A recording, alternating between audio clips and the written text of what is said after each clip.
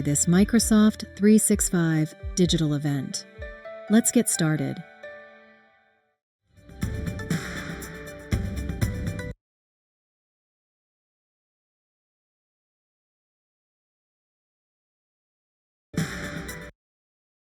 Work in Asia, and it's my pleasure to see so many of you online today. As we delve into the transformative power of AI, it's crucial to recognize the foundational role that cloud technology plays. The cloud provides the scalability, flexibility, and computational power needed to harness the full power of AI. By leveraging cloud infrastructure, we can accelerate the development, deployment, and innovation, empowering us to solve a lot of problems across multiple industries. AI is revolutionizing the way we work by automating routine tasks, enhancing decision making, and fostering creativity. With AI powered tools, we can boost productivity, improve efficiency, and create more meaningful work experiences. While we embrace AI, it is equally important to ensure that we protect it using robust controls. AI systems must be developed and deployed responsibly with a strong focus on security, privacy, and ethical considerations. By implementing comprehensive control measures, we can safeguard AI from potential risks and ensure that it operates in a trustworthy and transparent manner. The commitment to responsible AI will also help build trust with our stakeholders and maximize the positive impact of AI in our society. Throughout the event, we will delve into different perspectives of the topics, offering you a very well rounded view of the current landscape. You will have the opportunity to see firsthand the key business value of AI, secure productivity through live demonstrations. Additionally, we will be able to share with you real world examples of our customers who have successfully implemented secure productivity solutions. This event is about fostering a very collaborative environment where we want to learn from each other and explore new opportunities for growth and innovations. We welcome you to share all your thoughts and queries in the chat, and we will be responding to you promptly in the chat. We have an exciting lineup of speakers who are going to share a lot of valuable insights. We will have Tim Sheedy, VP of Ecosystem Partners, who are going to share on the future of work, and then followed by how to create digitally resilient employee experiences in the era of AI. We will have Yifang Chu, Head of Go-to-Market for Asia at Microsoft, and Gorana Kubs, Head of Customer Success in Asia at Microsoft, sharing with us, introducing secure productivity solutions and demonstrating the same. In addition, I would like to extend a warm welcome to our distinguished speakers, Mr. Ashish Pandey, CIO of Dabur in India, Mr. Budiman Bojang Budi, Head of Digital Strategy and Innovation from Johor Corporation in Malaysia, and Mr. Daniel Petman, CIO of Baptist Care, who will join us in a fireside chat later to showcase on their adoption journey of Microsoft Secure Productivity Solution. Let's make most of today's session and engage in meaningful conversation and exploring new opportunities. Thank you once again for being here. Let's all get started. Thank you, Vinod. As mentioned, my name's Tim Sheedy. I am the VP of Research with Ecosystem. If you don't know who Ecosystem is, we're a tech research firm. The difference is that we're actually based here in Asia Pacific, where you're all based today. We're headquartered out of Singapore. We have offices in India and across Southeast Asia, and I'm actually based in Sydney myself. So over the next 30 minutes or so, I'm going to be setting the scene around how the future of work is changing and give some advice on what we can do to create a resilient digital employee experience. Now, if you're anything like me, sometimes I like to know the story ahead of time and like to know the punchline before we actually get there. So this is actually the storyline of my next 30 minutes, just so you can start to identify the messages as I'm talking through them. So I'm going to start by talking about how the workplace is changing again. And then we'll jump into a little bit about some stats around how we're embracing AI and AI is taking off in our organizations, and acknowledge that AI is in the threat surface. In fact, there are a lot of cybersecurity threats and data governance threats happening within our organizations today. But these threats shouldn't be a reason to not invest in AI. The real punchline of the presentation is what we need to do is to develop a modern, secure, intelligent workplace that's actually going to survive a lot of the different working strategies. A lot of what we've done to date is a secure workplace or a digital workplace for working from the office or working from home or working hybrid, but we don't know what the future is going to look like. So let's try to create a capability that's going to work regardless of the working styles in the future. And ultimately, this is about our people. So start and end your strategy with the people, because without the people, you wouldn't have an organization. But without the people, you also wouldn't have the threats and the risks in your organization too. So start and finish with them around creating this modern, secure, and intelligent digital employee experience. So starting with where's the workplace changing at the moment? There's continual evolution in the workplace. And we know, we were all working in the office and then we're all working from home and then we had a hybrid work. And now we're sort of being called back into the office in many organizations anyway. And so what are our organizations doing to respond to this? Well, they're increasing the number of open quiet spaces. And remember that word quiet, because I'm going to come back to that later on to show you how things continually change. They're changing the lighting, they're increasing the size of meeting rooms, they're reducing the size of meeting rooms, they're adding more meeting rooms, they're getting rid of dedicated offices and moving more towards hot desks. Some organizations are reducing their office space.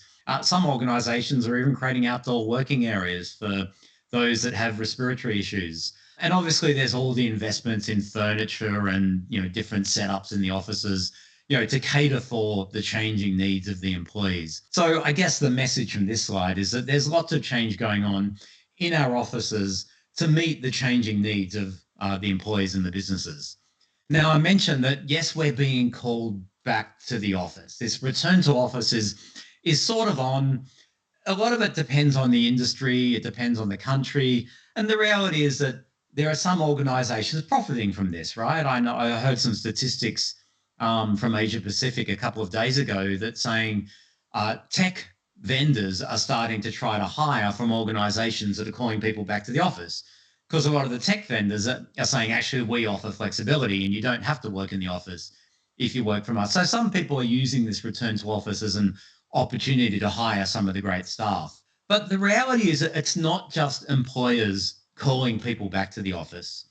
There are some bigger economic things going on at the moment. Across most of the region, there's been some significant inflation, particularly driven by energy prices over the last couple of years. And many economies, the salaries in many economies aren't really keeping up with that inflation. So for a lot of us, our spending power is pretty flat. Sometimes it's actually going backwards, depending on how much inflation is in our economy. So some employees are seeing that this is actually a chance to get a promotion or to get a pay rise. If I'm sitting there in front of my boss, I can show that I'm working hard and I show that I deserve a pay rise or I deserve a promotion, maybe over someone who isn't in the office, right? So there is a bit of pull and push factor in what's in driving people back to the office. But the reality is that employees still want flexibility, and flexible work is still on the rise. More and more organizations across the region are considering job share. They're more open to part-time work. I'm even seeing, there are some global organizations that have actually committed to moving to a 4-day work week for all their office workers, all their knowledge workers globally. And it's not saying that they're going to work less hours. For many of those organizations, it's still going to be 40 hours, but they're going to be working that, 36, 38, 40 hours over 4 days instead of 5 days. And another whole stream that I won't explore today is that I actually think, there's some good evidence showing that AI is going to make this soar, right? That as AI does more and more of the job of knowledge workers, there's going to actually be a requirement to have these flexible work, to maybe move to 4 or 3-day work weeks to keep people employed, to keep money in economies, to keep people spending money, basically. But as I said, that's another whole stream that's worth exploring eventually. But whilst for you and for me and for the people in the office, this ways of work and the future of work is really important, The reality is it's no longer dominating those senior management and board discussions. Not even customer experience is dominating those discussions anymore. I know 4 or 5 years ago, CX was front and center, particularly around that digital customer experience and the need to digitize our organizations. But today, it's very much cybersecurity and Gen AI, which are dominating these senior management and board conversations in organizations and government agencies all across Asia Pacific. In fact, around 70% of business leaders in Asia Pacific believe that their Gen AI adoption is not on par with their competitors. So you're probably already experiencing some pressure, or other people in the IT department or other people across your business are experiencing pressure from senior management and the board to accelerate your Gen AI strategy, to increase your Gen AI investments, to find areas where the organization can benefit from Gen AI. And the reason for this, if you took the temperature across boardrooms and government agencies across the region, you'd hear a lot of the people using the term that they want to drive growth without cost, basically. They want the business to scale more effectively. Ultimately, what they're saying is that they want to improve the productivity of their business, right? They don't want all those traditional costs that come with business growth. And that's really dominating discussion. And organizations see that AI is going to drive that productivity. So in region, AI is primarily a productivity story. Yes, it is also an innovation story. There's also organizations and leadership looking at how AI might drive whole new opportunities, create whole new businesses for your organization, whole new revenue streams. But the reality is that the main focus and the main discussion today is around improving productivity and reducing those operating costs so the organization can scale more effectively. And this, we speak to a lot of our customers and organizations across the region, and this quote in the middle, we hear a lot of this, that we've seen instances where a digitally native business has been able to use technology to do something in 24 hours that would take us in the industry 6.5 months. So that's where people see the risk of not investing in AI, particularly Gen AI today. And I actually know there's a defense department here in Asia Pacific that I've done some work with, that they were trying to make some changes to their ERP to improve some of their processes. They'd been working on that particular project for 9 months with very little gain. They hadn't really made much progress in hitting the goals. So this SWAT team of AI experts came in, and in 6 hours, they had a pilot up and running, showing what you could do differently by using AI to solve these particular business challenges. So they'd been working on it traditionally using their ERP platform for 9 months, hadn't got anywhere. In 6 hours, AI had started to solve this problem for the business. And this is where people see that AI is really going to change their organization across the region. AI is also going to change the workplace, I say again, because the workplace keeps changing. Right. So remember how I said we're moving to these quiet workspaces. Now, if you had the opportunity to see the OpenAI ChatGPT 4.0 launch, where they put a video out and they effectively introduced this concept of conversational AI, which basically introduced a broader concept of conversational computing, right? This idea that when maybe the interface to our computers isn't going to be a mouse and a keyboard, maybe it's actually going to be our voice. Maybe we're going to talk to our computer and ask it to do things and ask it to execute tasks for us. And it will just go away and do that for us. Now picture that quiet working environment, that open plan office with a lot of people sitting there, all of whom are talking to their computer now, right? And you understand that this current workplace that we're setting up might not actually work that well in the future when we're really using conversational computing within our business. I also know that some organizations who are using tools like Microsoft Copilot, even when they're calling their people back to the office, they're saying, look, when we have a meeting, we'd actually prefer that if you didn't all come into a meeting room together, can you actually access this meeting digitally? Can you dial in separately? So maybe go to a quiet part of the office or a small meeting room and dial in that way. Because what we actually want to do is use the Gen AI tools like Copilot to actually start to transcribe the meeting, to organize the follow-ups, to summarize the meeting for the people that have missed it. And so it's interesting, even with this return to office, Gen AI is driving different work styles within the business today. So providing a great digital employee experience becomes even more crucial in this world where our technology is really going to define our productivity. But security becomes more important too, because Gen AI actually enhances the need for better cybersecurity. And yes, Gen AI will certainly make our cybersecurity platforms better and make them respond faster. But the reality is that Gen AI actually potentially increases the threat to our business. If you look at a traditional security threat, when someone gets access to your network and gets access to your data, traditionally they might spend hours, days, even weeks inside your network, exploring the data, finding the data that they're looking for, finding the data that will have the most value if they need to ransom your organization or if they want to delete that data. And you might have some time to respond to that particular threat. Now, in a Gen AI world, you might actually there might be a payload that has been trained on your data already. It might already know what it's looking for. It might already know the particular employee it's targeting, and it might already know how to target that particular employee. And it can be in and out of your organization with the data it wants in seconds, right? Versus the days or weeks that this might take traditionally. So the more we use Gen AI, the better the benefit for our business. But Gen AI also increases the requirement for better cybersecurity within our business. And the reality is that cybersecurity incidents are really skyrocketing in Asia Pacific.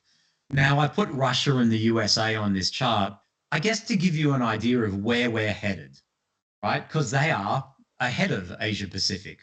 And to give you an idea of, like, I'm based in Australia, when I worked with boards and heads of cybersecurity 3, 4, 5 years ago, there was this general feeling that we're little old Australia, right? Who's going to target us?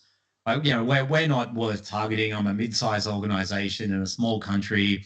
I don't think that many people are going to target our business. Now, I can tell you since then, the number of incidents, cybersecurity breaches per 100 people have increased probably 10 or 20-fold. So Australian organizations, like Singaporean organizations, we're now about half of the US, and we'll get to where the US is in a matter of months or years. And if you look down, if you're Japan or Thailand, Sri Lanka, Indonesia, India, and you don't have many incidences, look up that chart, right? That will give you an idea of the number of cybersecurity breaches that are going to be happening in your economies over the next couple of years. It is just going to explode. And the reality is these breaches cost a lot of money. Our research has shown that on average, a cybersecurity breach in Asia Pacific costs an organization around $5 million US on average, to overcome the challenges that breach. And that's everything from the software they might buy, the consultants they bring in, the process changes they have to make, the compensation that they might have to pay customers. But I've actually personally worked with a couple of organizations here in Asia that have spent over $100 million after a single breach, right? So these breaches can cost your organizations a lot. So stopping those breaches from happening is really important, particularly with the knowledge that more and more threat actors are going to be trying to get access to your network and your data. And AI also increases the threat to your business.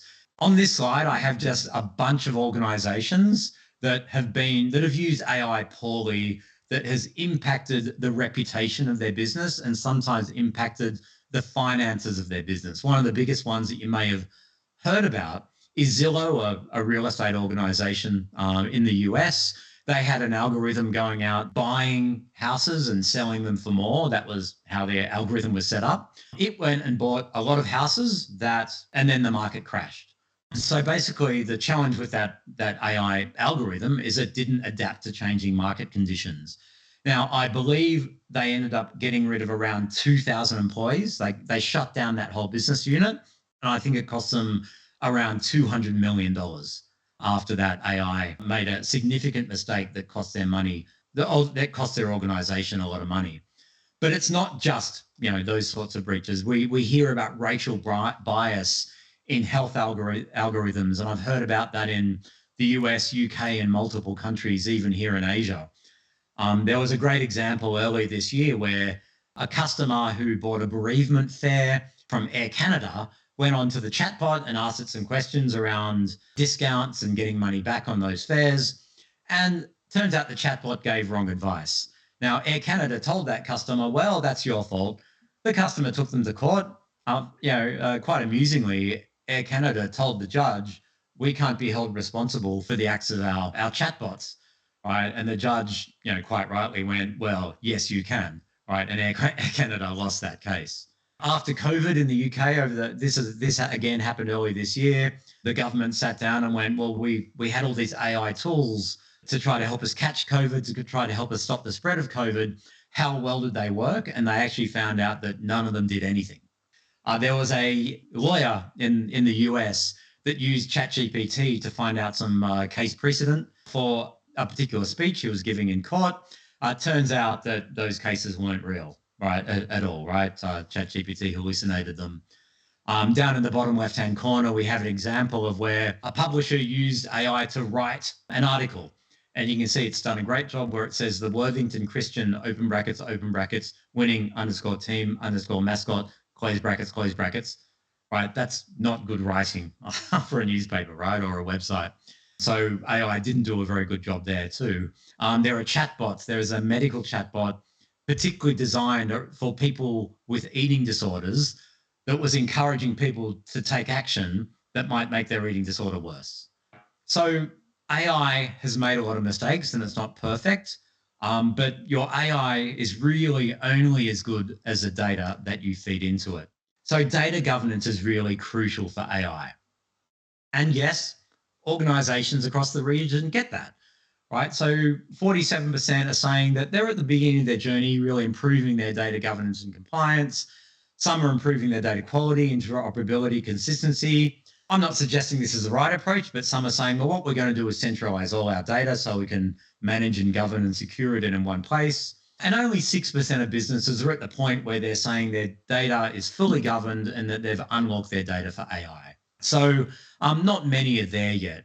However, what I hear is a lot of organizations saying this quote that's in the bottom right-hand corner. So I've run roundtables across the region. I've spoken to organizations from India, Japan, Singapore, Australia, New Zealand, Indonesia, et cetera.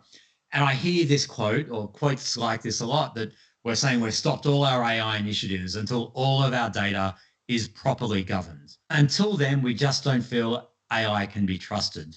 And I look at that and say, you're never going to govern all of your data, right? Just in the time that you've been sitting here listening to my presentation today, a whole bunch of people in your organization have gone into Word or Excel or some other tool, and they've gone file, new, file, save as, right? They've just created new data within the organization. And unless you're governing that data at the point of creation and the point of saving, which most organizations aren't, then you're never going to be at a point where you're governing all your data. So my argument around here is don't let data governance be a showstopper for AI. Yes, it's crucial, but you only have to govern the data that your AI consumes. Don't feel like you have to govern all of the data in your organization. It's only the data that AI consumes that you need to govern. And this is why we're seeing this current trend towards agents, AI agents, right? And that's because an AI agent operates with a very limited range, usually with a very limited data set. Right? Because it's got that very limited data set, we know that that data is high quality, it's been governed, we can train the agent on it, and we know that agent's going to do a good job, at doing the particular task that that agent has been set up to achieve. So don't let data governance be a showstopper. Yes, it's crucial, but don't let it stop you from investing in AI. Because the reality is that your competitors are investing in AI, they're getting these productivity and innovation benefits that your organization could be getting too. So what do we know so far? We know that the workplace is changing again, and it'll change again and again and again, right? Though that just keeps happening. We're beginning to embrace AI, but AI is increasing the threat surface to our business, and it's also increasing the cybersecurity risk to our business. But don't use these threats as a reason not to invest in AI. So getting to what I said earlier on was the punchline of this presentation. We all need to build these great, modern, secure, and intelligent digital employee experiences, but don't build it based on our current challenges. Don't do it based on our current way of working. Because what you'll probably find is that won't change, that won't adapt to new ways of working. So, for example, you need a security framework that will work wherever people are working and however people are working and whatever data people are working with. And that's the same with a data governance framework that you need, that wherever they're working, whatever data they're working with, you need this framework because that your working environments, your working tools, the type of work that your employees are doing is going to change. It's changing already. AI is already driving that change, particularly in your knowledge workers today. To do this, you need to understand the data and information landscape. As I made the point, just a few minutes ago, ensure that any data that is exposed to AI is appropriately governed.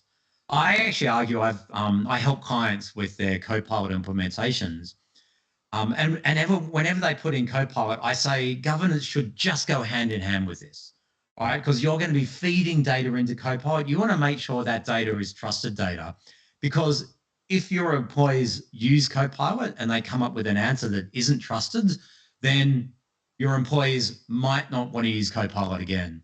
So you have to make sure you deliver that trusted experience to them.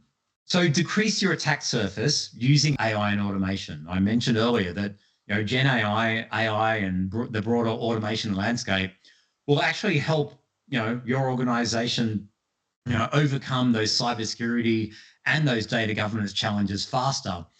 And the research is actually showing that organizations that do apply AI and automation to their cybersecurity breaches decrease the cost of those breaches by 50%. So if they're using AI and automation, instead of $5 million on average, it's around $2.5 million US that they're spending. It's still a lot of money, but it's a significant saving that they're making.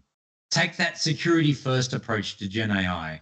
Make sure that all the data, all the models, all the users are governed and protected, and ultimately invest in training. As I said, this is a people challenge, right? The people are going to be what make a difference to your organization. They're going to be what drives the risk to your organization. So keep them cyber aware with regular training. Do penetration testing, then do retraining, then do more pen testing, then do retraining, right? Just keep this cycle going.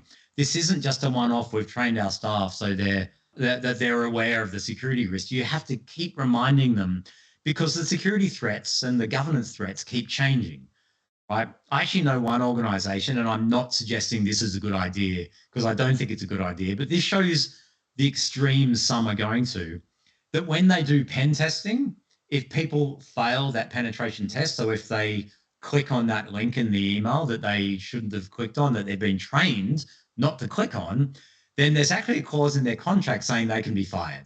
Now, I'm not suggesting that's the approach your organization should be taking, but that's where some organizations are thinking. They're going, the people are our risk. So we want to make sure we reduce that risk as much as we can. So we're going to start and finish with the people. And that's the point for that, even not just security, the broader digital employee experience that we're trying to build, that secure, intelligent experience, it should start and finish with the people. So listen to your people. Don't just do an annual survey of them to find out their satisfaction with IT. Understand what's driving their productivity, what's getting in the way of the productivity. Do employee journey mapping, right, to understand the issues that they're having that's inhibiting their ability to get their job done.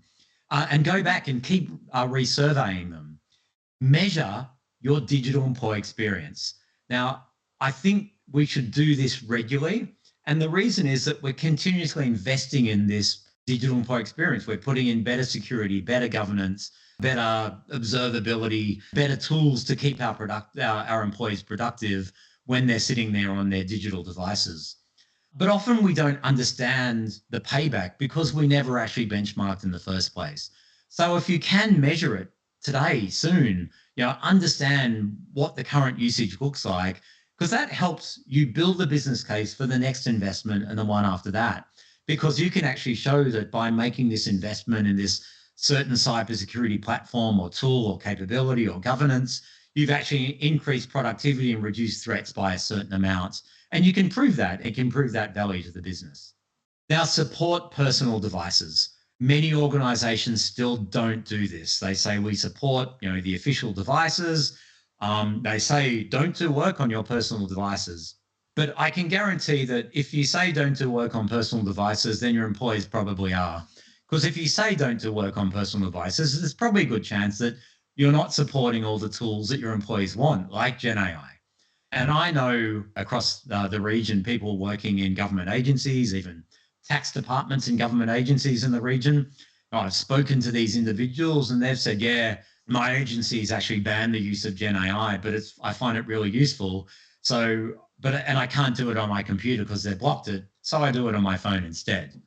Right. So they're taking, but potentially like private information, tax data, for example, moving across to their phone, using Gen AI there and then transferring that information back to their work environment. So obviously creating a massive risk for the business. So they're using their personal devices to get the job done. Make sure that your cybersecurity, your governance, and your general digital employee experience strategy does support all the devices people are using to get their job done. Now, develop a reputation as an employer with a great digital employee experience. Some data actually from Microsoft show that a third of the people who'd use Copilot across Asia Pacific said that they would actively seek an employer who offered Copilot, right? They're seeing it as a differentiator. They're going, look at this Gen AI tool. It helps me get my job done. It makes me more productive. It makes me enjoy my work so much more than I am today. So I'm going to look for a future employer that has that capability, that offers Copilot or that Gen AI tool set. So that your digital employee experience is a differentiator in the market. People will move to your organization. You'll find it easier to employ good talent if you have a great digital employee experience and the market knows about that experience. And ultimately, focus on keeping your employees productive. Everything that we're talking about today should be focused on productivity. Now, there's all these academic studies done that look at the happiness of employees, right? What are the factors that drive the happiness, right? And then you look at all these employer surveys, right? And they look at the fact that you've got drinks machines and ping pong tables and paid day offs to volunteer and better remuneration, et cetera, all these perks of the job. But the reality is that the academic research shows that employees are happy when they're productive, right? It's actually productivity. The academic terminology they use is when they are in a state of flow. That's when they are happy. And we all know that feeling. It's when you sit down, you put your head down, you get your work done, you're not distracted, and you come out of that going, I got a lot done today. I feel really great about myself. Today, I really felt like I made a difference. That is what your employees are seeking. That is what's going to drive their happiness. It's what's going to keep them engaged and happy at your organization. And the data shows that an insecure employee is not a productive employee. So keep them, you need that security to make sure that they're productive. We need these Gen AI tools to drive that productivity, to keep them in that state of flow. So that's where you should be focusing your efforts today. If you can create great, modern, productive, secure, intelligent digital employee experience, then you're most of the way to creating a great, successful organization. So thank you very much and good luck in developing these great experiences. I'm now going to hand over to Yifeng and Gordana. They've got some great demos and they're going to be presenting on secure productivity with Gen AI. Over to you. Welcome, everyone.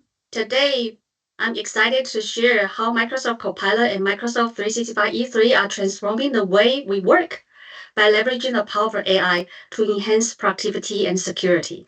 In the previous section, we shared that 75% of workers are already using AI at work. And out of these, nearly 80% bring their own AI tools. This trend highlights the growing importance of AI in the workplace. We understand that security is a top priority for organizations, and this is where Microsoft Copilot can help. Our goal is to empower and motivate your employees by providing them with the right level of security. With Microsoft 365 and Copilot, you can jumpstart the generative AI transformation with AI-powered productivity platform. And AI-powered productivity comes into play when the environment is secured first. This enables end users to leverage Copilot, which helps save time with powerful grounded prompts and ensure that the information are protected not leaked outside your organization. We take data protection seriously. For example, chat data is not saved, and no one at Microsoft has access to what is being processed. Additionally, chat data is not used to train the underlying AI model. We're ensuring that best-in-class protection for our customer. We are continuously up-leveling our protection. With Microsoft 365 Copilot, you get a secure and compliant version. This means you can protect your data with Microsoft 365 E3 and use Zero Trust Foundation. Lastly, imagine managing secure productivity from a single centralized point. With M365 solution, you can unify endpoint management in the cloud, streamline your operations, and enhance IT efficiencies. It doesn't stop there though. Our solution empowers you to deploy and secure enterprise applications, endpoints, and identities seamlessly. This means you can focus on truly matters, driving innovation and growth, while we take care of the security and management. When you are logged into Beam with your work account, your corporate account on Microsoft solution, Copilot with commercial data protection is enabled. Now you can ask it to do things like create messaging for a new product and safely include sensitive internal information such as the product specs and pricing in the prompt. With each response, please be reassured that your personal and company data is protected throughout the check experience. And again, none of the prompts are stored by Microsoft or used to train the AI model. The more your employee can practice writing prompts with internal data, the more quickly they can identify AI's best use scenario for your company.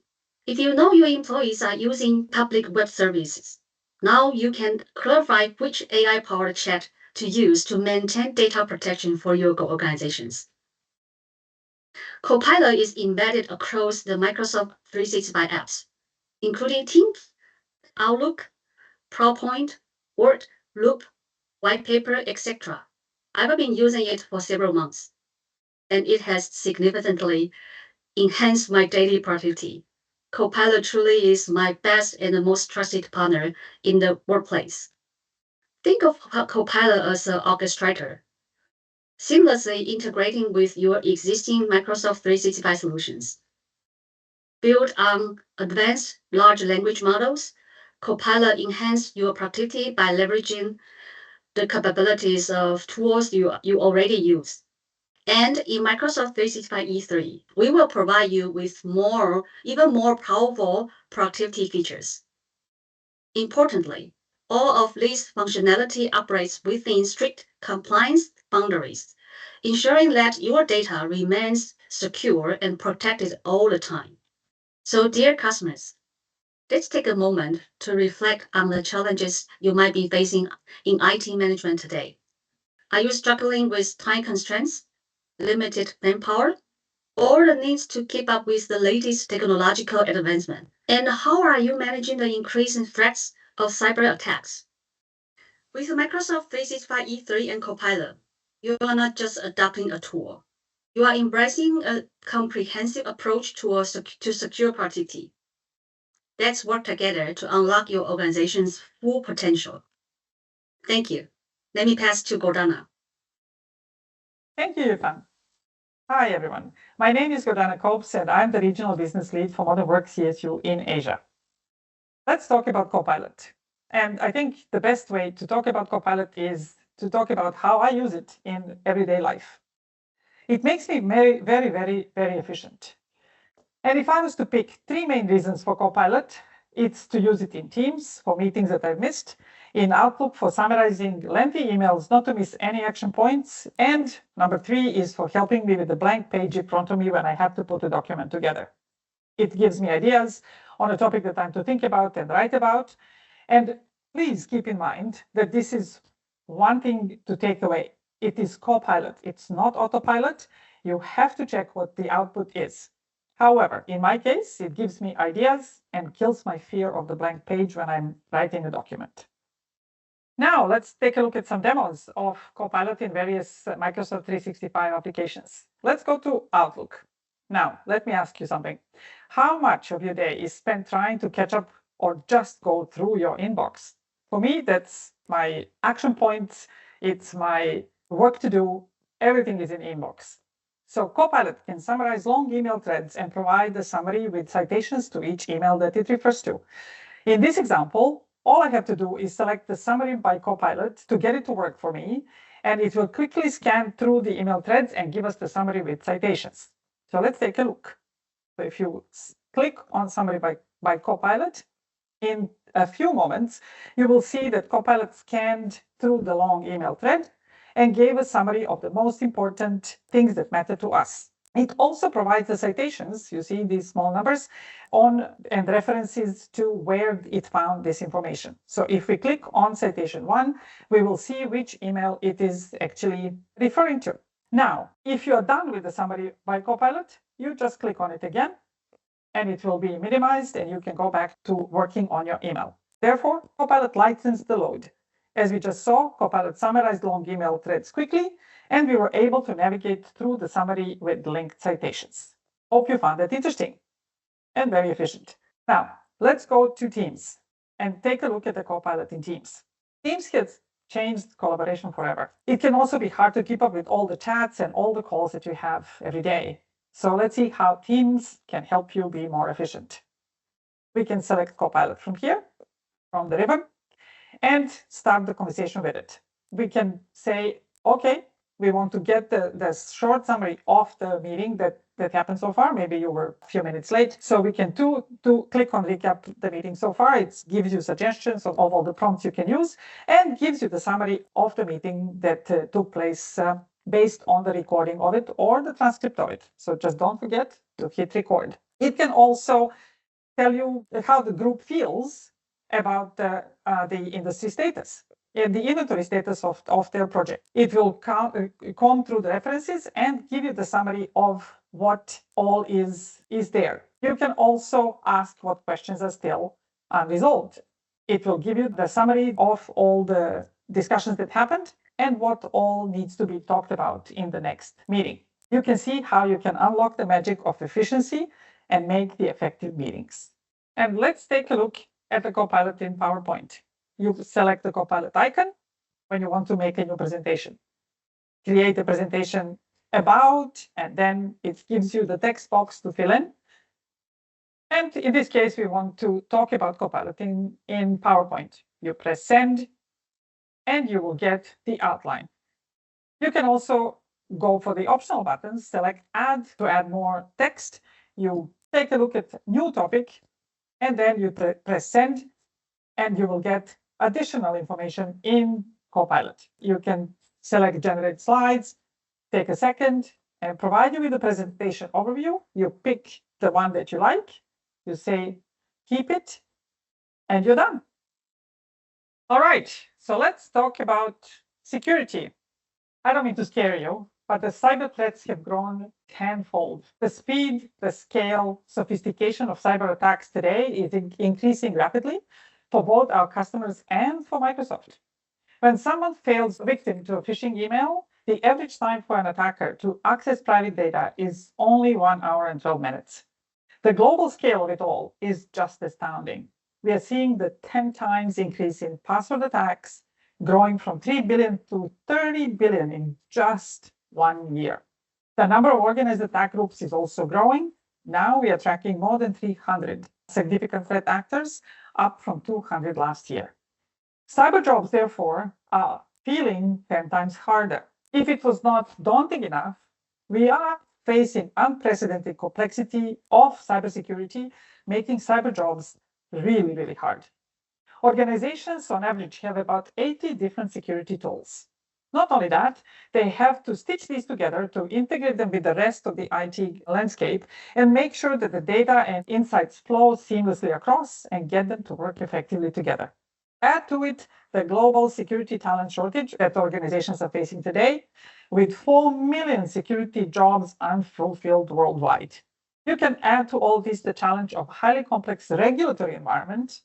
For example, just for this aspect at Microsoft, we track on average about 250 regulatory updates per day around the world.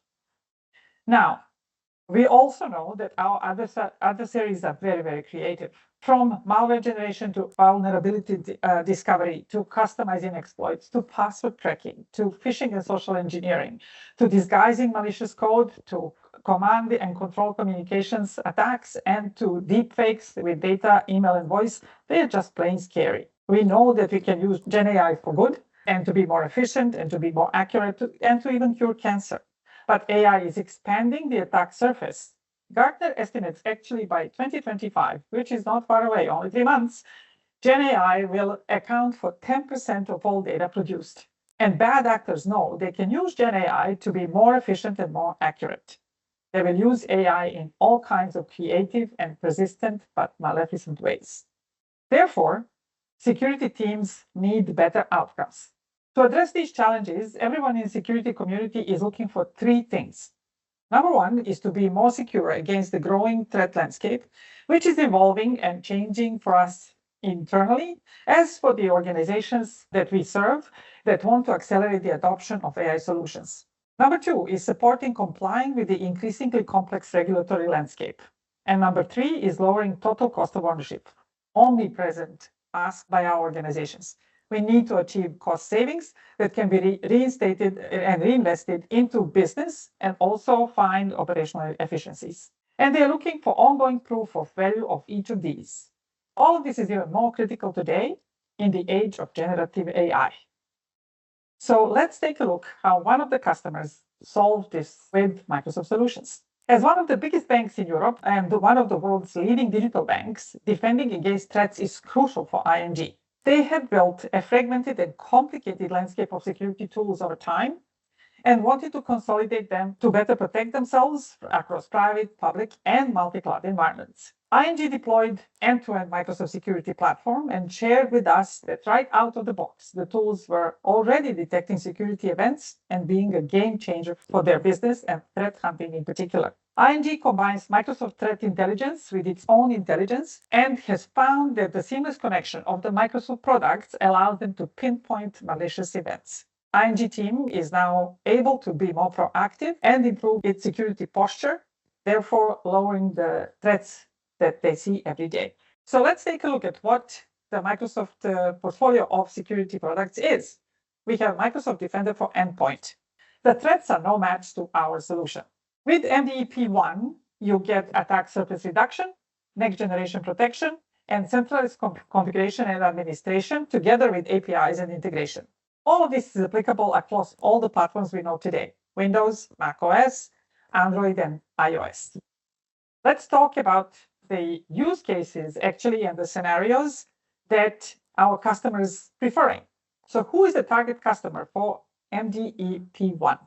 Microsoft Defender for Endpoint P1 is the enterprise and SMC organizations that are looking for prevention capabilities and an endpoint protection product. More granularly, the customer types we would like to engage will align to the following 3 use case scenarios. Number 1 is looking for managed prevention only. Customer is not yet mature and is running EPP only. Alternatively, the customer has separate endpoint protection and endpoint detection and response and is looking to replace the existing EPP solution. Number 2 is the customer that's interested in full solution, so MDE-P2, the end-to-end product, but not ready to dive all the way. They have interest in P2 but they would like to be careful and start with the basic capabilities first. And number 3 is the customer that doesn't have the budget to buy P2, but maybe due to the current economic climate and due to budget constraints, but wants the best-of-breed product and to start with a product that can be easily expanded into a full solution. Let's go and take a look at some demos of what you can do with Microsoft 365 Defender P1. All right, let's see some security functionality as a demo that comes with MDE P1 and as the starter kit for Microsoft Security Solutions. As the demo scenario, we'll go through the Zero Trust Foundations. So Zero Trust Foundations enhances security by leveraging sensitivity labels to protect sensitive data and control who can access it. With conditional access, you can dynamically enforce access policies based on real-time conditions like user behavior and device health. This approach will ensure only the right people have access to the right resources. It reduces the risk and strengthens compliance across the business. So let's go to information protection. We will go to sensitivity labels. And the labels will provide the seamless way to classify and protect data, empowering employees to work securely. Without a structured approach, protecting this data can become very complex and very messy and prone to human error, potentially leading to data breaches or compliance violations that are very, very important these days. So if we go to Woodgrove internal, let's say, so the sensitivity label will be applied to internal content and show a watermark to indicate as such, right? So you can see that on the screen and you can manage it accordingly. As your organization grows and more data is being generated and shared, maintaining control and ensuring data is appropriately classified and protected becomes very, very challenging. That's why we have to apply policies. So we go to policies, we go to publishing policies, and we can label the policies to allow for tailored data protection and ensure sensitive information is consistently labeled and protected across the different departments or teams. Let's go to Woodgrove labels. So sensitivity label empower the organizations to classify, protect, and manage data effortlessly across platforms. By adopting these labels, business can ensure compliance, reduce risk of data breaches, and enhance data security without hindering productivity. I hope you enjoyed the story about labels. All right, let's take a look at the conditional access with Microsoft Intune P1. It is an essential tool for enforcing security policies based on specific conditions like MFA when users try to access sensitive data or blocking access from untrusted locations. If we go to devices,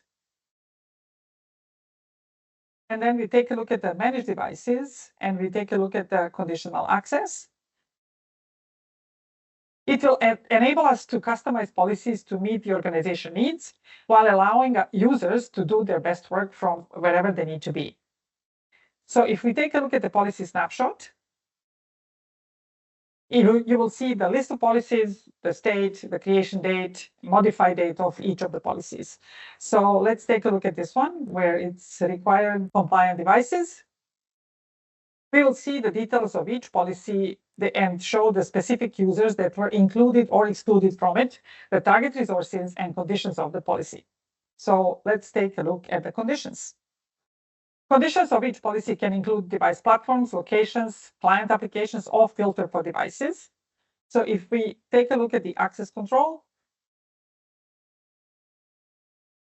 we can grant the access, and then it will be established for each application, including requiring multi-factor authentication. So conditional access with Microsoft Intune P1 will offer enhanced security by ensuring that only secure, verified entities can access corporate resources while giving users the flexibility to work from various devices and locations. And that's it for this demo. The last thing that I would like to share with you is that you can try MDE P1 out. So you can sign up for preview. There is a link to use aka.ms/MDEP1 trial.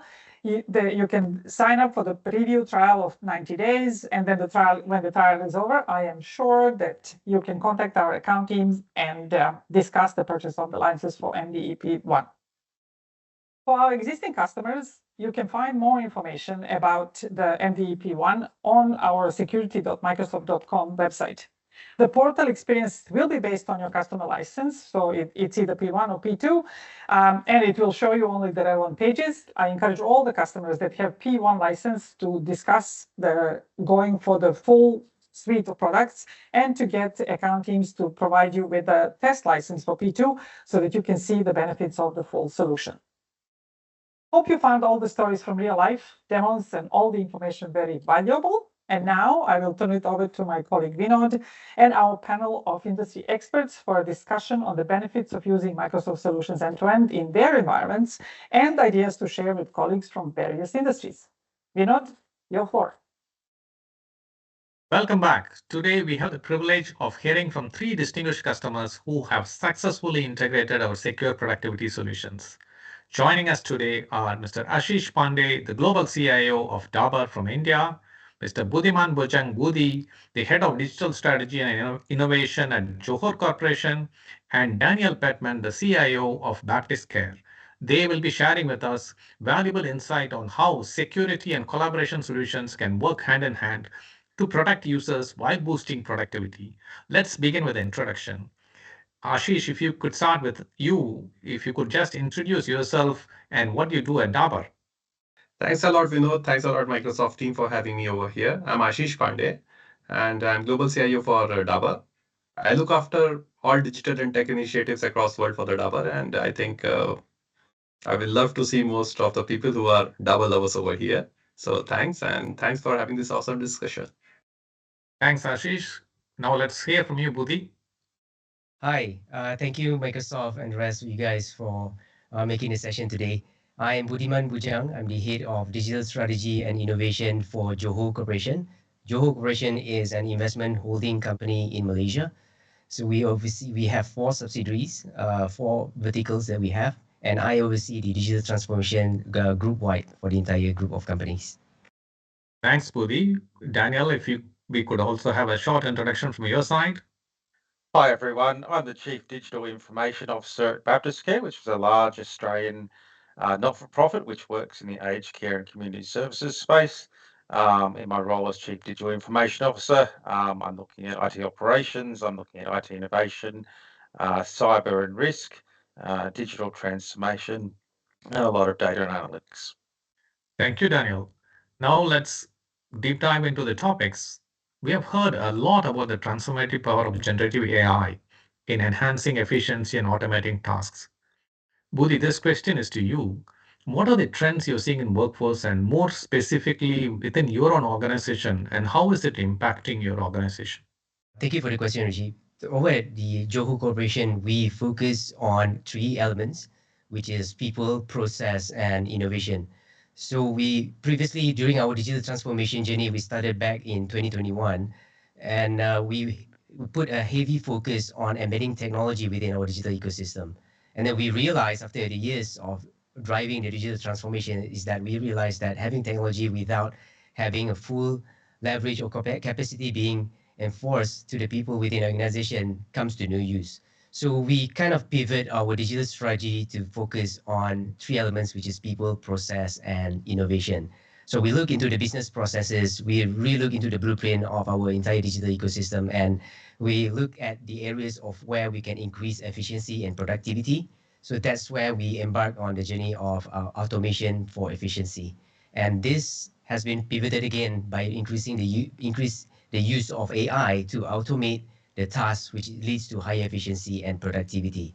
And we also practice we have this element of 3-2, where 3 days we work in the office, 2 days work from home, and 2 days for the weekends. So having said that, the remote work integration comes into the area of focus for us at Digital. So we look into AI tools to facilitate the remote work, enhancing the collaboration and communication within the people and each teams. So having a focus with integration and collaboration across the people of the company creates these synergies of how we can transpose data, how we collate data within one team and all applications within our digital ecosystem.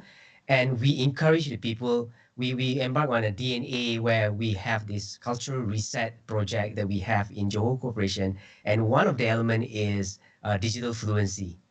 So digital fluency, we actually encourage people by doing tons of awareness sessions, skill redevelopment. We grow the emphasis of upskilling the employees to work alongside AI technologies. So we build tons of use cases. So what the digital team work as is we do work as a center of excellence at the same time. We do experimentation because AI is relatively new. We started off with ChatGPT back in November 2022 when it was first released for public, and then we begin to build more and more use cases. So aside from being a data-driven organization, we look into we pivot our analytics to become a decision-driven analytics. So there's no point having tons of dashboards if you can't do any actionable insights out of it. So whenever we interview the personas, we ask them one simple question: what is the outcome that you want to achieve? What are the actionable insights that you want to do with all these results? So based on this alone, having AI and automations throughout our digital ecosystem to enhance the processes, actually that is what impacts the current work trend that we have at Johor Corporation today. Wow, that's very insightful, and you're doing a lot of path-breaking work. Thank you very much, Pudi. While Gen AI brings in significant benefits, it also introduces new vulnerabilities. To ensure secure AI-powered productivity, organizations must rethink their security and data governance strategies. Budi, I'm continuing with you. Was there any specific challenge that you were trying to overcome before you embarked on implementing our secure productivity solutions? We put an emphasis on data and security. So we work in parallel. So we having fast data, how fast you get the data. One question which keeps on throwing back to us is that how accurate is the data? So it's not about a question of having the data fast, it's having the right data fast at the same time. So that's where the security elements comes in. And we explored on Microsoft Sentinel as part of our cybersecurity tool that we use day in, day out, and we have kind of enabled the SIEM and SOAR so that we can automate and orchestrate this security throughout the landscape of Johor Corporation.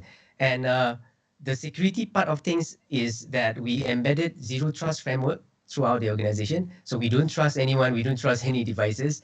We perform due diligence checking with all the people by sending out emails, phishing emails to know where are the vulnerabilities within the people as well. So these are the kind of exercise that we do at Johor Corporation to scale up the usage of data at the same time being secured, being assured that we are secured with the data being transposed in our analytics. I think you're so right in terms of telling, okay, like we need to give feedback to the AI as well. Like if you see the thumbs up and thumbs down sign as well is something that the AI learns whether it is taking in the right answers or not. And at the same time, okay, like we call it co-pilot. You are still the pilot, so you need to guide it. Okay, so like zero trust, quite interesting. I think that becomes very crucial as well. So over to you, Daniel. Okay, like what was the big challenge that you encountered at Baptist Care before you rolled out our security and productivity solutions? Yeah, there's certainly a number of challenges that you're sort of faced with every day, but one of the challenges, particularly working in the aged care sector, and this is a global problem, I guess, as the world's population ages, is there just aren't enough workers to care for all the aging people. And so certainly in Australia, there's quite a large shortfall in the number of workers available. Um, Perhaps Care's done a lot of merger and acquisition as well, and part of the risks around merger and acquisitions are certainly cyber threats as you integrate different systems, different sets of data. So when you sort of look at all these challenges collectively, I think AI has a big role to play in, empowering people, saving them time. Some of the technologies we've deployed is Copilot, all of our managerial workers, all of our knowledge workers, and Azure AI chatbots, which can be used for anyone across our organisation to look at what sort of policies we have, get answers in a quick and easy way. And of course, with all of these things, you have to do your due diligence in terms of security risk. We've got the Sentinel, Entra ID, a lot of data scanning and security around how we secure our files, because AI is certainly a vector where you can go finding things that if they're not well secured, it's easy to find those things. So Look, I think AI certainly those type of tools are very beneficial to saving staff time and taking pressure off people when they're in high demand sort of environment. So after rolling these out, we've had very good feedback. We've noticed significant productivity improvements, and we've managed to manage that security aspect associated with AI risk as well. Thank you, Daniel. It's clear that addressing the productivity and security challenges are crucial to any organization. I think it's so great to hear a very structured approach from your side. And it's not only internal governance, but also governance in terms of how people use and what are the guidelines that they should be following. So building on that, Ashish, okay, like how has integration of the Microsoft solutions influenced your own digital transformation journey and your own journey towards driving increased operational efficiency?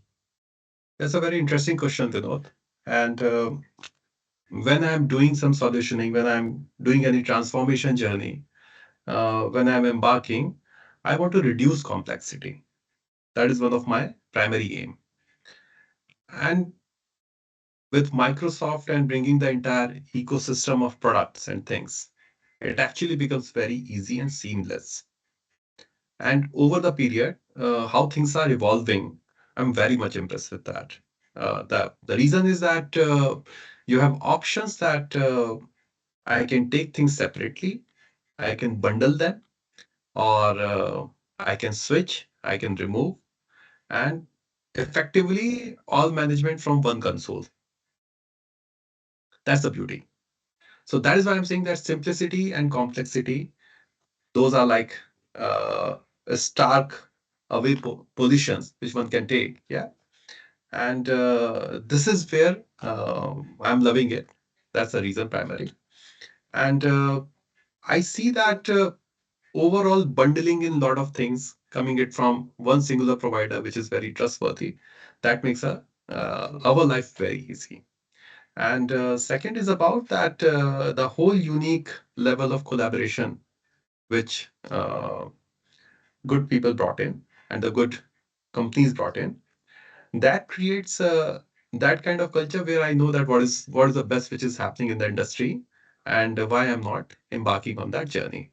So these are the things which have brought in very good flavor, and I see that this collaboration and overall the effectiveness of this collaboration will continue to grow more. Thank you very much for sharing those insights. It's quite inspiring to hear on how our solutions have driven such significant impact at Dabur. And you're right, okay, like the power of Microsoft is okay, like we can give you all the bespoke solutions or even the combined solutions.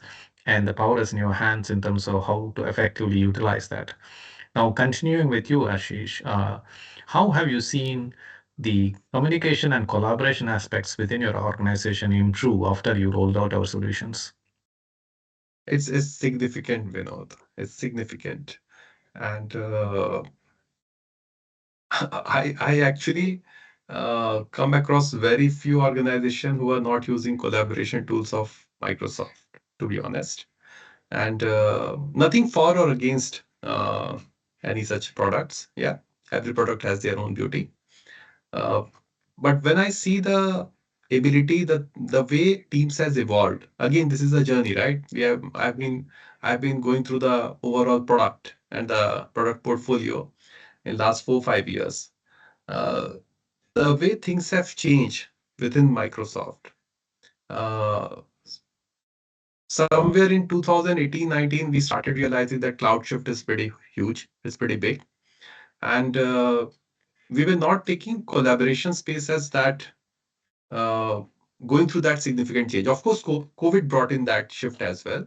We have to give a we have to see that angle as well. But I think organizations were already into that journey. Many organizations were already into that journey. Now, if I look at the overall suite and how it integrates with each thing beautifully, especially how Teams is becoming a central space for all your interaction. And now, over that, when you are bringing in Gen AI capabilities into that with Copilot integration, things become much easy for people. You are right away able to understand what has happened in a meeting. You are right away able to tag people. You are right away able to create actionables out of it. That is of immense value. It is a huge boost in productivity, and the major the major challenge is actually there are so many things that people often don't know that how best they can use, and many a times everyone uses things in their own way. So that collaboration, those success story, they need to be discussed and they need to come out more often. That is something which I actually want to see. And if I'm speaking about overall collaboration speak, I'm not just speaking about my organization. I would like to see that change and transition happening across the world, right? We often discuss about own organization. We often discuss about how collaboration has improved within my space. But I will love to see the similar language, the similar way people are doing things. For example, transcript and language translation will bring lots of edges, right? People will be very, very natural in their own language, and they will be able to express what they want to. And we won't be just hearing them, but we will be actually listening them. Those are great insights, Ashish. Okay, like, and it's great to see that it's not only has impacted you, and you're seeing that much broader as well. And we are continuously striving to bring in all the platform components, be it Teams, Copilot, everything improved on a day-to-day basis. So we are able to integrate that fabric of data within the organization. So like, and to your point, okay, how do we take care of those people, okay, like who don't know how to use, and how can we make it simple for them to access the data and reason and get outcomes? So that's something that we are striving on a day-to-day basis, and great to see partners like you joining hands with us. Now, I'm just going to Budi. Budi, if you look at your own journey, okay, like, is there any measurable impact, significant measurable impact that you have seen after implementing our solution? Like, if you are something proud about, okay, this KPI is something, okay, like, I'm so proud that after I implemented the Microsoft solution, I'm seeing this as a benefit in my overall business. First things first is that the overall impact of unifying this Microsoft ecosystem within our organization, right from the group towards the group of companies, that was my first mega project in Johor Corporation, where we kind of centralized the Microsoft tenant within one tenant for across the companies. That actually translates to a huge significant discounts and cost savings. So what we enjoyed from that is that we kind of perform our investment, digital investment into other areas from that savings that we have. So we started to explore on more opportunities on how we can focus on integration and collaboration.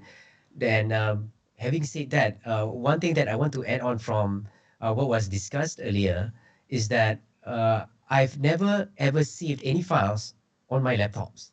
So all my files, my PowerPoint, my words, any documentations that I do is over there in Teams. So Teams has become our one-stop center whenever we open up our business laptop, our work laptop. So whenever we open it up, the moment we logged in, the first thing that we open up is Teams.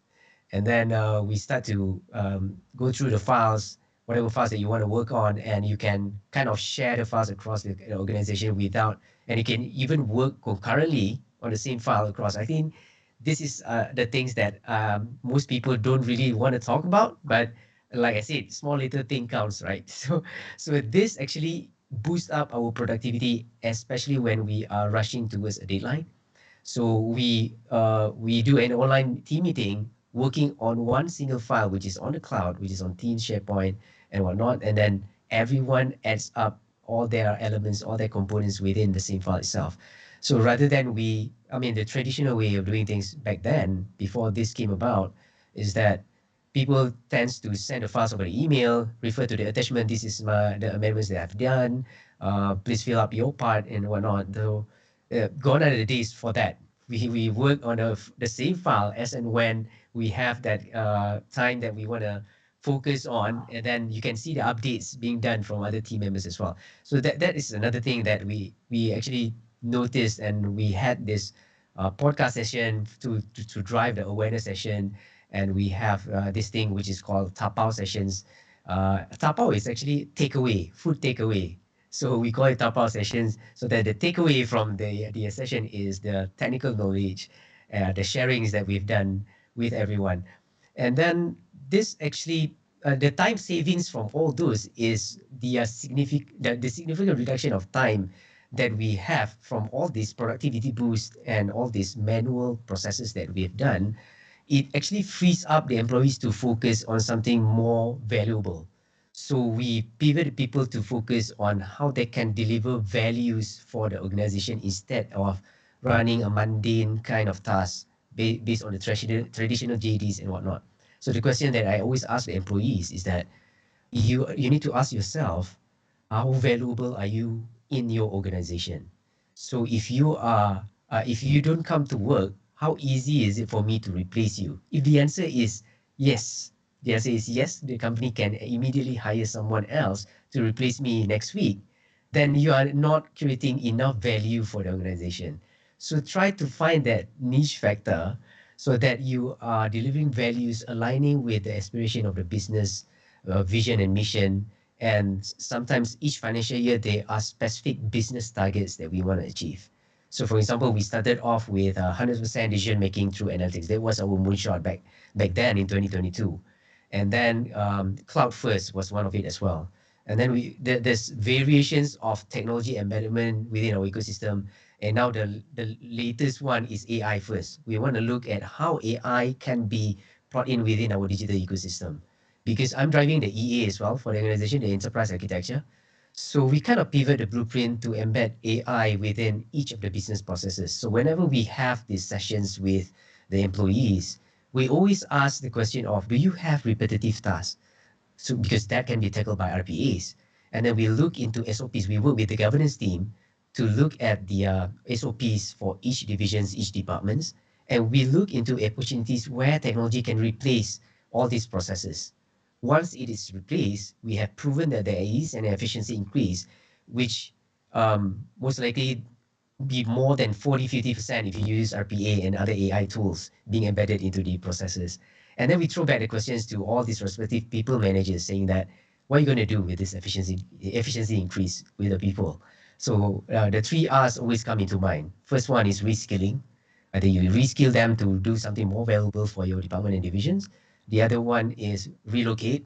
Probably that task or that particular team doesn't resonate with their aspirations, so maybe they want to do something else or something new, then we can relocate them to another team. And the final R is, of course, retire. Because having tons of technology in RPAs, all these automations, all these AI-enabled solutions, it depicts that hard call for any leaders to do, which is to retire people. But of course, before all that, we kind of need to look at the business transformation as well. How do you want to transform your business so that you can pivot each department and division within the organization to focus on what brings value to the organization as a whole? So that is something that I always ask the people within the organization. And with all these tools easily available within Teams, within any of the Microsoft ecosystem, they can just integrate and collaborate within one another. So the biggest factor or the things that we realize is that what are the benefits of all this is the more we can integrate fast with other team members. And we are measuring this using Viva Suite. So we conduct surveys to the people who want to know whether they are happy with the technology that has been in place. We want to see whether the tools that we have deployed are meeting their expectations. So we do that from the Viva Suite survey. And then we are also tracking our objectives and key results through Viva Goals. We have moved from BSC, which is Business Scorecard. Previously it was KPI, and then we moved to BSC. And then now with OKR coming to mind, where we focus on outcome. We are outcome driven. We are developing this outcome driven culture where either you meet the outcome or you're not meeting the outcome. So it's pretty much straightforward. We don't want to know how you're doing it, where you're doing it, as long as you meet the outcome. And we continuously look into the key result on how we can kind of tailor it so that we can meet the objective sooner than expected, or maybe it's too fast, then we kind of change the key result so that it's much more tough and much more realistic. So we use Viva Suite as part of our measurement tools within the organization. I think you bring in a very good point. Okay, like it's not only deploying all the secure productivity solutions and using AI, but it is also how do you measure? Okay, how do you measure the sentiment? I think you are doing that full circle. I have a lot of tapao from this session. I'm sure the audience is also going to enjoy a lot of takeaways from all of you.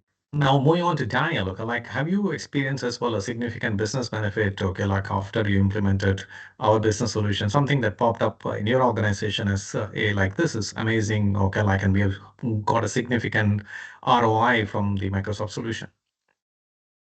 Yeah, it was certainly an interesting question when we started this, Copilot chatbot journey. How do you measure the ROI on some of this AI, particularly given it's so new and companies have not really done this before? So we sort of maintained an open line. But as I said, our business drivers are largely driven by we can't actually get enough staff.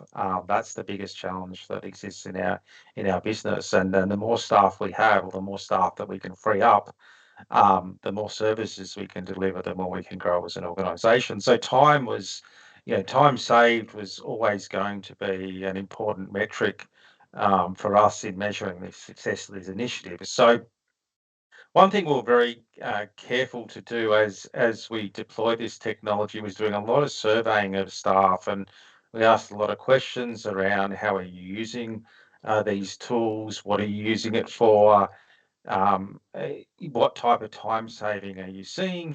And we also did some qualitative interviews to really understand and dive in, because not every role is the same. What a marketing person might use Copilot for may be very different from a legal person or a finance person. So you needed to have those conversations to understand the nuances between different roles in the organization. But what we did come across is a pretty reliable statistic in that the people that we had deployed Copilot to, um, they said to us generally across the board that it was a range between 8 hours a week that they were seeing in terms of productivity gains, in terms of what they could use Copilot for, in terms of report writing, drafting contents, not having to attend meetings because they could read the minutes, uh, going through the 300 emails they had a day and summarizing them and having an action plan drawn up automatically for what they need to do each day. That was worth to most people between 2 and 8 hours a week back in their diary. And we thought that was very, very significant given the stretch and the strain that's on the organization when you're doing a lot of mergers and acquisitions and you've already got staff shortages to start with. So that was, one metric.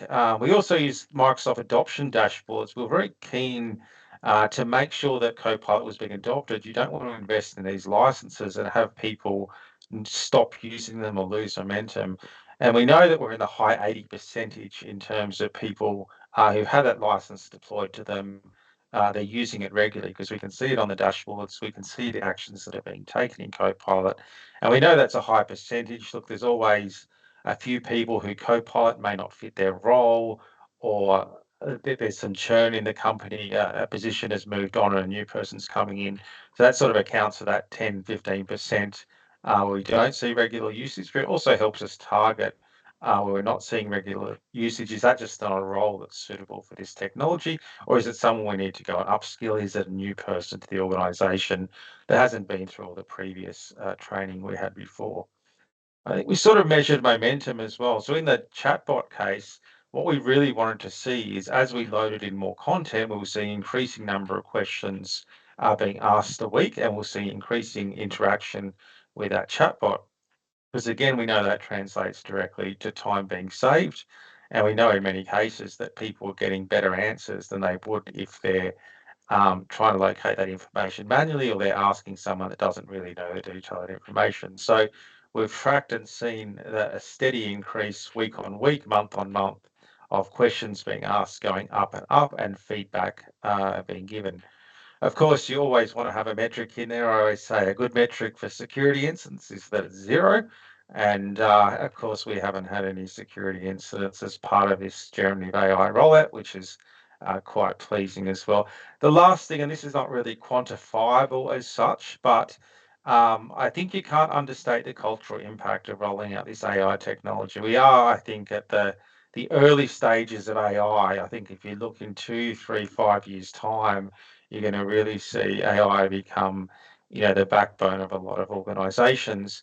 We really wanted to get our organization used to using AI in a safe space. Experimenting Copilot and chatbots is an easy way to skill people up and get them using AI and comfortable with AI, because we work in an organization which is a people first organization. We're all about caring for people. So AI can be a little bit scary when you initially sort of introduce it. It's kind of the opposite of that. Um, but that's worked really well. People are engaged, people are having conversations, people are posting their own prompts, people are comparing notes and ideas. They're appearing in case studies, and we've had AI hackathons across the organization looking for ideas and how we can grow the AI sort of footprint earlier.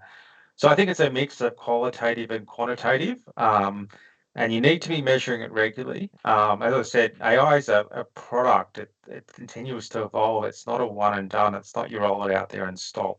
You've got to keep measuring that adoption, the utilization, the time savings, and as AI gets better and better and better, I expect those sort of metrics to improve even further over time. Yeah, I think very valuable feedbacks, okay, where you have not only seen gains in productivity, but it's also inspiring the workforce to be much more engaged and do the next thing. And at the same time, okay, like what you tell, I think we need to be constantly on this curve where we can make it better and better to help us. So with that, let me move on to Ashish. Ashish, like what would be some of the unexpected gains that you've seen since you implemented our solution? Okay, something that you didn't plan, but you find that, okay, like, hey, this is a very good outcome after I rolled out the Microsoft solution, and how it is also shaping some of the thoughts on your own technology strategy moving forward. Great question, Vinod. And I keep it, first of all, what I do is that I keep interacting with the people who are having licenses, Copilot access, and everything.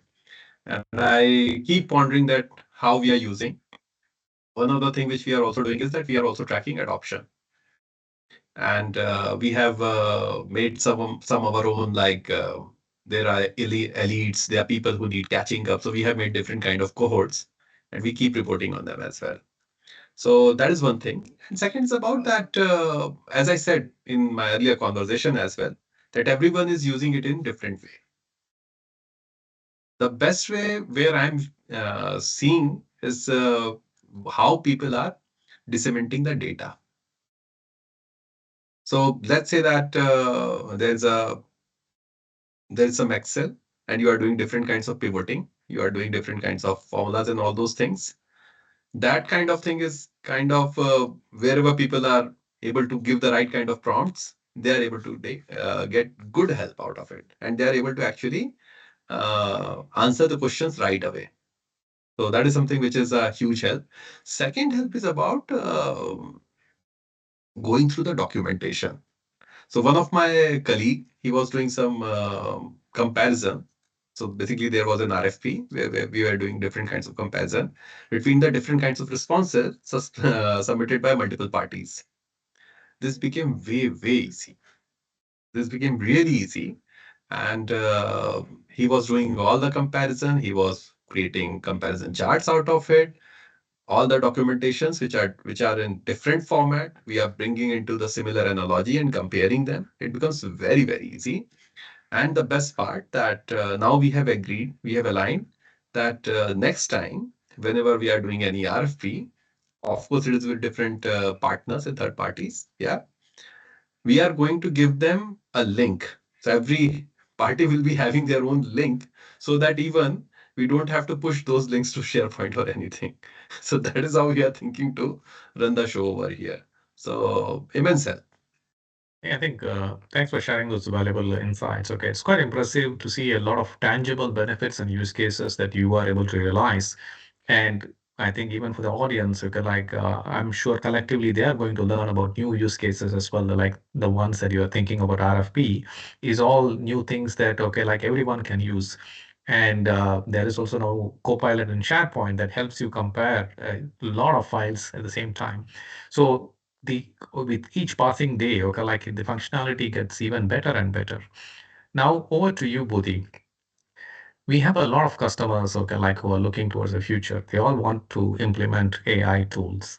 But from your experience, okay, like how should be the practical considerations on security and productivity while they actually roll out AI tools? What should be the considerations or tips that you can share to the customers who are listening to us? I would say start off by it's as simple as you want to market something new. So you are introducing something new. So you need to show all the sexy stuffs first. So what are the capabilities of AI to actually help them on their day to day? So what we did when I think the first experience that we have with AI before Copilot came about was the Bing Chat Enterprise. I mean, not to talk about ChatGPT because that is publicly available, but Bing Chat Enterprise is one of the first enterprise Gen AI that we have within our ecosystem.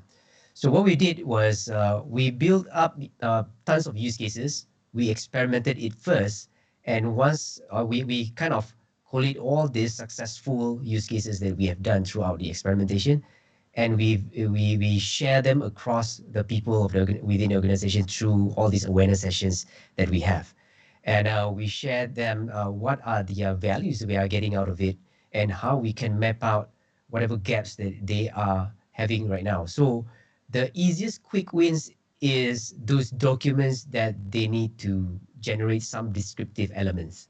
For example, like AR memos, any documentations. So we also have that culture whereby when they show us these were generated by Gen AI, we don't penalize them. We actually ask them, did you double check whether those results are accurate or not? And it's not just as easy as copy pasting them from the results. We don't really encourage that as well. So we encourage them to generate those descriptive elements from the Gen AI and then put it within our documentations. So like I said just now, the quick wins are all these documentations that needs to be submitted or any documentations that needs to be recorded down. And part of it is processes like translating the tables. For example, like you issue out RFPs, then you want to summarize the top 3 vendors who wins the RFPs. So you let Gen AI to study that table and come out with a summary for you. So that actually cuts down a lot of time when we want to build documentation. So what I'm trying to say is that try to find out what are the gaps that AI could fulfill. There are tons of it, but channel it out or tailor it out within the gaps that they are facing throughout their as-is processes, and complement them by using AI. If you use AI, you can actually cut down the time that you do this, maybe from 5 days to seconds, just by using Gen AI. Just to show you one use case that I have in Joe Corporation is that we experimented using, back then, again, it was Bing Chat Enterprise. So they have this exercise of summarizing the reports that they get from online, and then they will need to summarize it and pump it into Word files and PowerPoints. So because it allows us to import PDFs within the chatbot and then summarize it from there, it actually cuts down time for them to think about how they want to summarize these 5, 10 documents and reports that they get from online, and then come up with a report in their PowerPoint, which is a summarized version to pass it on a weekly basis. So having said that, using Gen AI and the chatbot, they are able to cut down the time from 5 days that they have spent looking through the reports and coming out with all these summaries and whatnot. And it cuts down time within seconds. And that allows them to actually focus on something more valuable.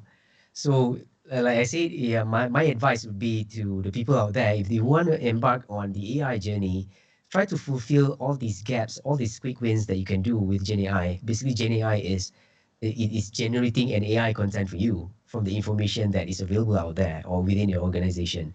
Try to find that gap, whichever descriptive elements that they want to create or they need to populate, then use Gen AI to replace those. These are the quick wins that I truly see that is being used by most of the teams within Johor Corporation, and then they try to explore other areas of AI within their processes, automations, and whatnot. Thank you for the very valuable sharing. I think it's a very strong and insightful recommendations. As we come to the close of the session, okay, like any final comments, thoughts from all of you, I do want to ask one final question to all of you is, okay, what would be the recommendation on any security considerations that you would give to the rest of the customers who are starting on this journey? With that, okay, like probably we start with Bodhi. Uh, to us, security it depends on which area. So for us, the security that we are focusing on is all these data elements that we have because we are already on a cloud first journey. We went live with cloud first about a year and a half ago. So most of our SaaS solutions, applications, one of resides in Azure. So the areas that we look into is we focus on the like I mentioned just now, zero trust framework. We look into identities. We look into devices connected to within our network. We have just transitioned from a traditional way of NOC into AI ops. So we eliminated the AMS and the people within the NOC team, and we leverage on AI to actually monitor our network connectivity within the office, the laptops, devices, handphones, and whatnot to the servers and the applications which resides in our cloud platform. So to me, security is crucial because you really need to ensure that your data is secure, your applications are secure, your devices are secured. And Sentinel really help us to have this identification of threats from all the threat actors out there. We have that visibility along with other elements that we use within our network connectivity layer to transition from a traditional NOC to AI ops. And one thing for sure is that one thing needs to not to be missed out is that the due diligence from the people within the organization, that awareness needs to be cascaded down as well to the people because there are some elements of due diligence needs to be done from the security angle. For example, when people ask me, what do you mean by due diligence? Because right now we have all these AI elements within the security layer. Due diligence is as simple as you forgot to lock your laptop when you want to go to toilet or lunch breaks. So these are the due diligence that we impose, and we made these awareness sessions with all the users within Johor Corporation. Thanks, Bodhi. Daniel, any closing comments from your side? I just think from security is a multi-layered approach, as Buddy sort of said. You need to be securing the endpoints, the data, the cloud, the identities. You need to have all of those layers of security in place. Otherwise, you're going to get breached at the level which you don't have security in place. I think when you're deploying generative AI and other such solutions, it is a balance. You've got to balance, the risk of security. There are new risks in sort of these AI tools that we're using today. So you need to be quite conscious when you roll these AI tools out that you're building security along the way, or you've built security in beforehand. Um, but yeah, data is very valuable. Data is also very dangerous. So it's a balance between those two things. Ashish, how about you? I think somewhere in last 3 4 years, the shift has happened where organizations have at least, I will say, realized the importance of security. Otherwise, the overall posture or the demand was that just let's be reasonable about it, because everything is about what kind of investment we are going to make behind security. Second is about that you have to be very careful. You have to be very careful when you are designing the outlay of security. And why I'm using the word careful is that sometimes it can be intruding, over intruding, when you are designing your security posture, and uh, and sometimes it could be very easy or latent. Yeah. So that is a conscious call that leaders, teams, and organizations have to take. That where do I want, and how will. So vulnerability is a factor anyway. We all are vulnerable. That is something which I would like to put across. But how significant those kind of things are, those kind of decision making has to be done. Because you can go as good as a fortress, or it could be as good as inviting everyone to your backyard. Yeah. So those are the conscious decisions which I will recommend any organization or any people to be considered, that what exactly you are trying to secure and how deep you want to go. That has to be very clear. If it's not clear, then sometimes you are putting a kind of I don't want anyone to be overprotecting or less protecting. The appropriate protecting will be the right thing to do. Perfect, Ashish. I think we also adhere to the same principles. Okay, like we go in with a very strong secure first initiative at this point of time. Okay, like we want security to be the primary driver on everything that we do. And thank you once again, Ashish, Bhuti, and Daniel, for sharing valuable insights and experiences. It's been a pleasure and inspiration for us, okay, on learning on how it has been very positive impact to your organization in rolling out our solutions. Hope the audience found it very enlightening and they have taken in a lot of insights as well. Thank you once again for joining us and have a wonderful rest of the day. Thank you. As we come to the end of today's event, let's take a moment to reflect on the insights and the discussions we have had so far. We have covered a lot of ground, having glanced through the future of work and how we can ensure that our company operates in a secure and productive environment in the age of AI, followed by demonstration of different scenarios of secure productivity and valuable customer experiences sharing as well. I would like to extend a heartfelt thank you to all the speakers and panelists for their valuable contribution. A very special thanks for everyone who made this event possible. We hope you found the sessions insightful and you leave here with new ideas and connections. We look forward to continuing our collaboration and achieving great things together. Stay connected with through your Microsoft rep or your partner rep. If you're interested to know more about today's session, please scan the white paper here. We also value your feedbacks, so please take a moment to fill up the feedback survey. Thank you once again for your participation. Have a wonderful to drive success together. Goodbye and thank you.